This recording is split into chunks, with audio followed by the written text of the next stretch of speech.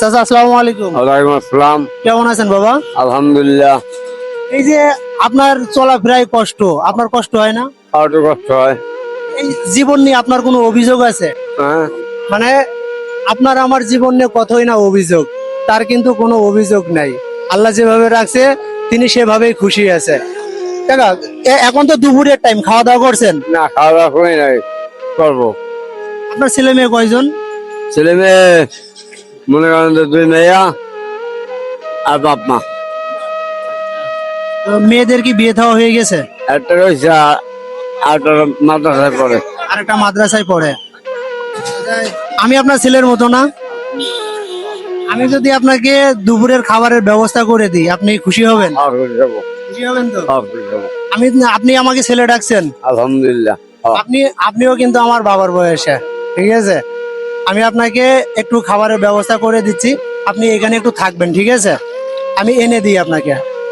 প্রিয় ভালোবাসার মানুষেরা, এই অসহায় চাচাটাকে যিনি দুপুরের একবেলা খাবারের ব্যবস্থা করে দিচ্ছে, তিনি আমাদের ঝিনাইদহ জেলার 6 নং গান্না ইউনিয়ন দইঝুড়ি গ্রামের কৃতি সন্তান মালয়েশিয়া প্রবাসী কাজল ভাই। কাজল ভাইয়ের পক্ষ থেকে এই চাচাকে একবেলা খাবারের ব্যবস্থা করে দিচ্ছি। আপনারা সেই পর্যন্ত একটু সাথে থাকবেন। আমার পাশেই হোটেল আছে, আমি এখান থেকে চাচার জন্য কিছু খাবারের ব্যবস্থা করে দিব। ঠিক চাচা, তাহলে আপনি এখানে একটু থাকবেন? হ্যাঁ, আলহামদুলিল্লাহ। আচ্ছা, এখানে একটু থাকেন, আমি চাচার জন্য কিছু খাবারের ব্যবস্থা করে দিই। প্রিয় ভালোবাসার মানুষেরা, ওই চাচার জন্য কিছু খাবার এবং পানি নিয়ে আসলাম। আসেন চাচাকে দিয়ে আসবো এবং চাচা কি বলে আমরা একটু শুনবো। চাচা ধরেন, এখানে ভাত আছে, মুরগির মাংস আর 1 লিটার পানি। খুশি হয়েছে? আলহামদুলিল্লাহ। খুশি হয়েছে? আলহামদুলিল্লাহ। এই যে মালয়েশিয়া প্রবাসী কাজল ভাইয়ের পক্ষ থেকে আপনাকে খাবারটা দিলাম, তার জন্য নামাজ পড়বেন, দোয়া করবেন। আলহামদুলিল্লাহ। তার জন্য একটু দোয়া করবেন, ঠিক আছে? আলহামদুলিল্লাহ। প্রিয় ভালোবাসার মানুষেরা, এমন অসহায় মানুষদেরকে খুশি করতে লক্ষ টাকার প্রয়োজন পড়ে না, 200-100 টাকা হলেই এমন অসহায় মানুষদেরকে খুশি করা যায়।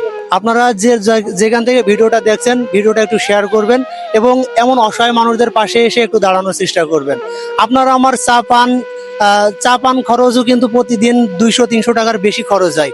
তো সেখান থেকে এমন অসহায় মানুষদের পাশে যদি একবেলা খাবারের ব্যবস্থা করে দেন, অন্তত তারা একটু খুশি হবে এবং একটি বেলা 2 মুঠো ভাত খেয়ে জীবনযাপন করতে পারবে।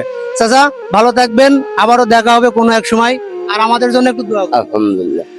সবাই ভালো থাকবেন, সুস্থ থাকবেন, আল্লাহ হাফেজ।